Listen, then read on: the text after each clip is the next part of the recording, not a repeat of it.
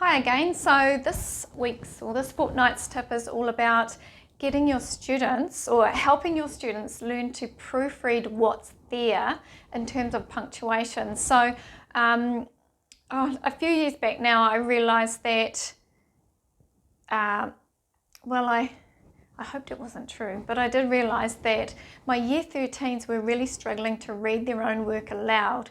So they would insist that they had proofread, and then I would read their work and think, how can they have missed this? So I'd always get that student to, read the work to me. Okay, can you read this paragraph to me then? And I often noticed, in fact, I would almost say I always noticed, students would stop whenever they wanted to, regardless of the punctuation. So when they'd be reading to me and they'd stop and take a breath, and I'd say, well, hang on a minute, why did you stop there? Why did you take a breath? Well, because I needed to, miss, or because there's a comma there.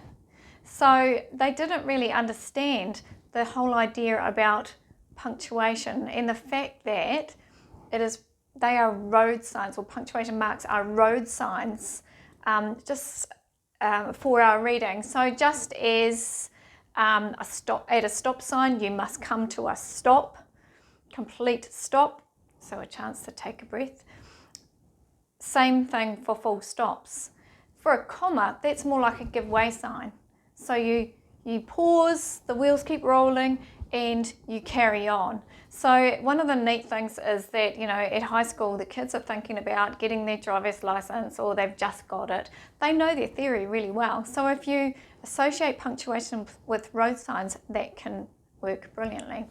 So what I did recently was I thought, I'm going to try out my year 9s and see if they can hear when I read when the full stop is. So I got a passage, highlighted where the full stops were, just to remind me to make a big song and dance of stopping and taking a breath.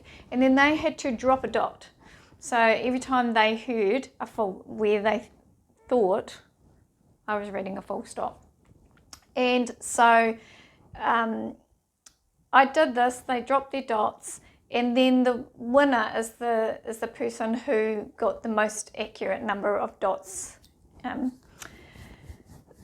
And they found it really, really difficult. So we carried on, and we've done that activity a few times now, but what I have noticed is a couple of things. They've realised what a full stop does, but they've also started to understand the importance of putting it into their writing. And on top of that, when they proofread, I've got a dot there. Okay, so we're calling it a dot, not a full stop, whatever. It's working. So next term, I'm going to go back and actually practice that with my year 13s. They've already handed in their writing portfolios, but hey, this is a life skill. Remember, you have to be able to hear something before you can speak. So the same thing, you have to hear that reading before you can write, because they've got to know where the pauses come in. So drop a dot, great activity. There's a blog post about it. I'll leave the link in the description below. That's your tip for the day. Drop a dot. Get your students to drop a dot.